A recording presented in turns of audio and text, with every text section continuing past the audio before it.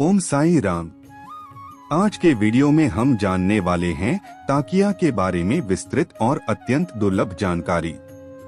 श्री साईं बाबा के समाधि मंदिर के पीछे गुरुस्थान मंदिर है और ठीक उसके सामने दीक्षित वाड़ा के पूर्व दिशा में नीम के उस पुराने पेड़ के पास जहां हाल ही में एक ओपन थिएटर बनाया गया है, उसी स्थान पर कभी एक छोटा सा ताकिया हुआ करता था।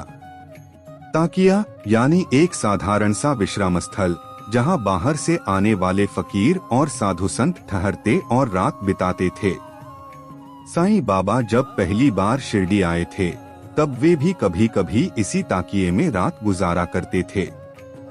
श्री साईं बाबा को संगीत और नृत्य के प्रति अत्यंत गहरा प्रेम था। अपने प्रारंभिक दिनों में वे अक्सर ताकिये के पास बैठकर भजन गाते थे।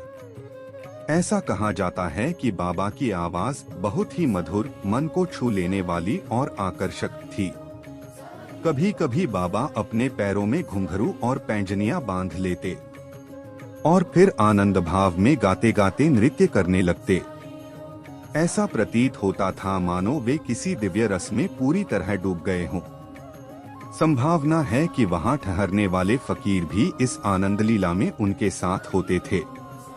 साईं सच्चरित में ताकिया का उल्लेख।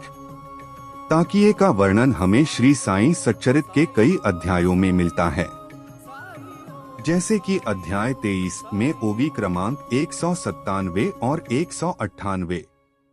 यह प्रसंग उस समय का है जब बाबा ने काका साहेब दीक्षित की गुरु भक्ति की कठिन परीक्षा ली। बाबा ने उनसे कहा, इस बकरे का बलि दो। गुरु आज्ञा का पालन करके जब वे उसे मारने लगे, तब बाबा ने कहा, इस बकरे को यहाँ नहीं, ताकिया के पास जाकर मारो। बाबा जान चुके थे कि वह बकरा स्वयं ही मृत्यु के निकट है। जैसे ही उसे ताकिये की ओर ले जाया जा रहा था, वह रास्ते में ही गिरकर मर गया। इस कथा में ताकिये का स्पष्ट वर्णन हमें मिलता है। उसके बाद अध्याय 31 में ओवी क्रमांक 161 में जब दरवेशियों के बीमार बाघ को बाबा के चरणों में सद्गति मिली, तब बाबा ने कहा, ताकिया की दूसरी तरफ शिवजी का मंदिर है, उसे उस मंदिर के सामने नंदी के निकट दफना दो। इस अध्याय में भी ताकिये का सुंदर उल्लेख हमें मिलता है। आज भले ही ताकिया उस स्थान पर मौजूद नहीं है, लेकिन उसकी आध्यात्मिक स्मृतियां अब भी जीवित हैं। उस जगह खड़े होकर सहज ही कल्पना की जा सकती है कि उन रात्रियों में कैसी दिव्य संगीत लीला होती होगी।